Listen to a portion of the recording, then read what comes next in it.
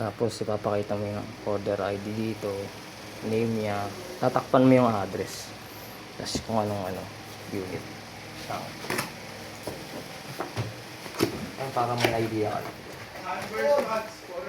Sandbox, body check, papakita mo yun. Okay siya, tapos okay na. Tapos pipilit-pindutin mo lang. Napipindot siya. Ikot-ikot mo lang. Tapos i-charge mo. Ilaw. Kasi okay na yun. Depende sa paano yung pag-video. Basta mapakita mo lang gumagana yung button.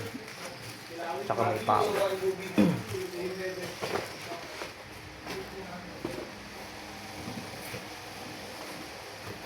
Kasi pag halimbawa, may dumating sa client na may issue yung unit nila, babalikan nila to. Sa YouTube kasi ina-upload to.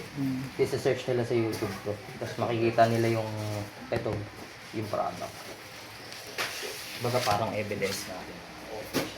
Oras ka muna dyan nga sa stage ngayon. Yung light ko. Sila. Maganda ako. Doon dito ka kami bibigyan ko. Sinabi kasi smile. Alabi mo hindi mo lagi sa quality. By radio sa quality. Hindi ka mo. Anong sabi mo? Minsan, padala siya. Hindi mo yung nakakalit yun.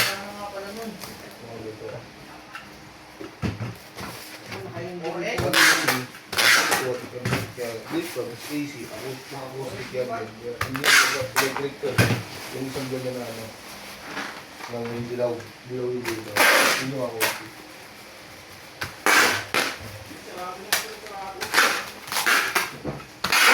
Ang stock mo Dito. Office.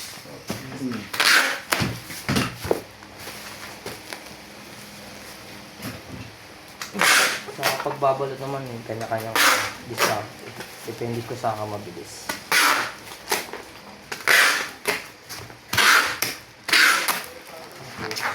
Pag nakasilapin mo yun.